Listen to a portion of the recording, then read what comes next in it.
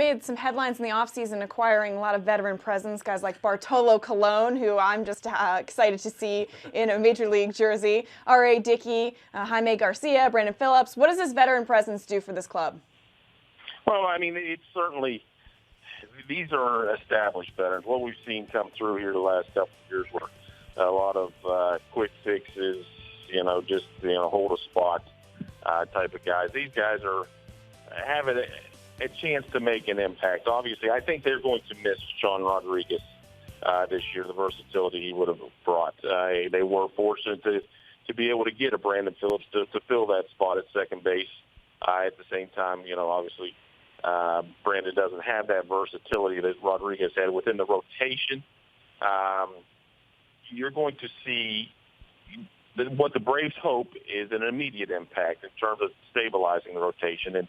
And when you see where Aaron Blair and Matt Whistler are during spring training, it makes sense because you're seeing these two guys need more development. And if you want to be a team, as the Braves do, that's going to strive for a winning record and possibly even make some noise in September and be a wild card contender, you're going to have much more stability in that rotation than they had last year. When they won 20 of their last 30 games last year, their rotation had a 5.19 ERA. Now, the key additions in August last year that made that run possible were Matt Kemp and Dansby Swanson playing along that veterans team that you were asking about. Matt Kemp made a significant impact in that line, but just providing them that right-handed power bat they needed, gave Freddie Freeman some protection, and extended lengthened that lineup. Now, let's see if Nick Markakis can build on what he did during the second half of last year. Now he has some more protection behind him with Brandon Phillips. And, I think that,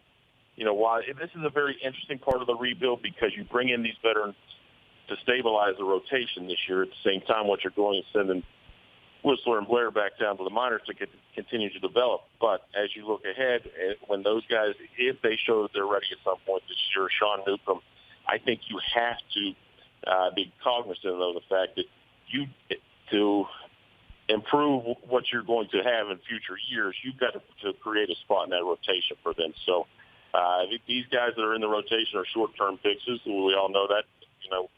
Probably won't see any of the three beyond this season. But at the same time, I think that's what the Braves have to remain cognizant of is do not allow their presence to block one of the youngsters if you are confident that they are ready to get back up to the big leagues.